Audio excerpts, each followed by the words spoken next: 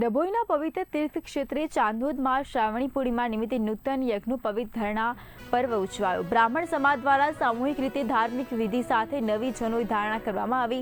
વહેલી સવારથી નર્મદા ઘાટ પર મોટી સંખ્યામાં બ્રાહ્મણો એકત્રિત થયા હતા।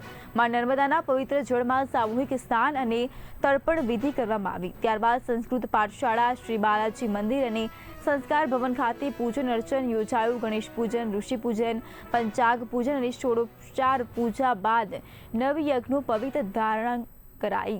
યજ્ઞનો પરમ પવિત્ર મંત્રના સામૂહિક પઠનથી સમગ્ર વાતાવરણ જયઘોષથી ગુંજી ઉઠ્યું હતું। સામૂહિક યજ્ઞનો પવિત્ર કાર્યક્રમથી બ્રાહ્મણ સમાજમાં એકતા અને સનાતન પરંપરા પ્રત્યેનું ગૌરવ વધુ મજબૂત બન્યું।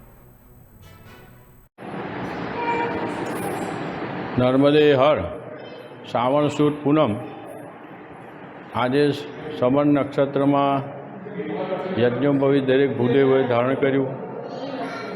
આ યજ્ઞોપવિતની અંદર 3 દેવતાઓનો વાસ છે, બ્રહ્મા, વિષ્ણુ, મહેશ તથા બીજા યજ્ઞોપવિતના તંતુ દેવતાઓનો વાસ છે। આજે યજ્ઞોપવિત બદલવાનો અનેરો મહિમા હોય છે।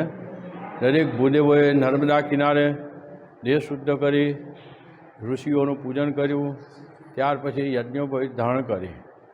આ યજ્ઞોપવિત ધારણ કરવાથી શરીરની અંદર એક પ્રકારની સકારાત્મક ઉર્જા પેદા થાય છે, કારણ કે બ્રહ્મા, વિષ્ણુ, મહાદેવ અને બધા દેવતાઓની પૂજા કરી એ યજ્ઞોપવિત ધારણ કરવામાં આવ્યું। અને શરીર બ્રાહ્મણનું છે, દરેક બ્રાહ્મણોએ યજ્ઞોપવિત ધારણ કરવી જોઈએ।